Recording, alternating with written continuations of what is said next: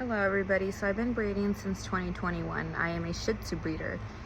And oftentimes I was very confused of why a lot of anti-breeders would always say that breeders add to the problem of dogs being killed at shelters, and that we were just adding more dogs to this world.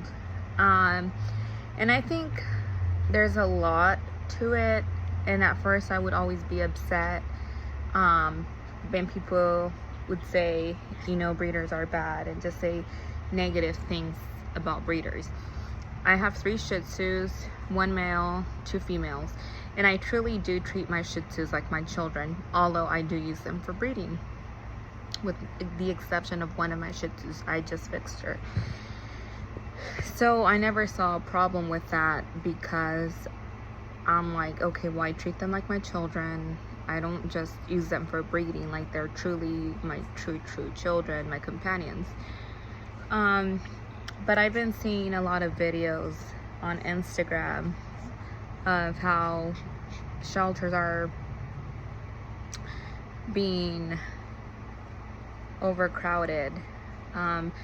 And I've always wondered, like, most of the time, the dogs at shelters are Huskies and Shepherds. It's hardly ever a Shih Tzu. It's hardly ever a small breed dog. But going back, I think, now that I think and see things differently, I think for any breeder, regardless of what breed you're breeding, I think that it's your moral responsibility to make sure, number one, that the puppies are going to good homes, or for you to at least try to put them in a good home, to ask questions, and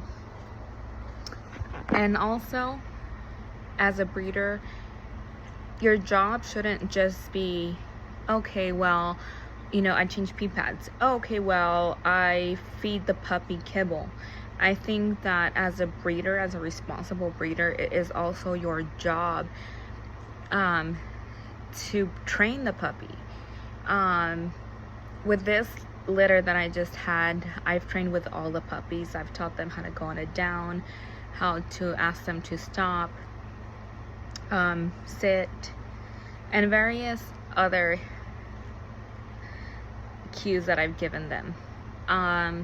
So I think that it's 50-50. You don't necessarily have to train, but I think it would be a lot better for the dog and the dog owner. And for the dog owners, the new dog owners, you guys need to take responsibility as well. And when I mean take responsibility, is that not only breeders should be looked down upon, it should also be dog owners. Because, I often see dog owners, and they think it's the breeder's job to have the puppy potty trained. No, it's your job. This is a 15-year commitment you're going to bring into your home.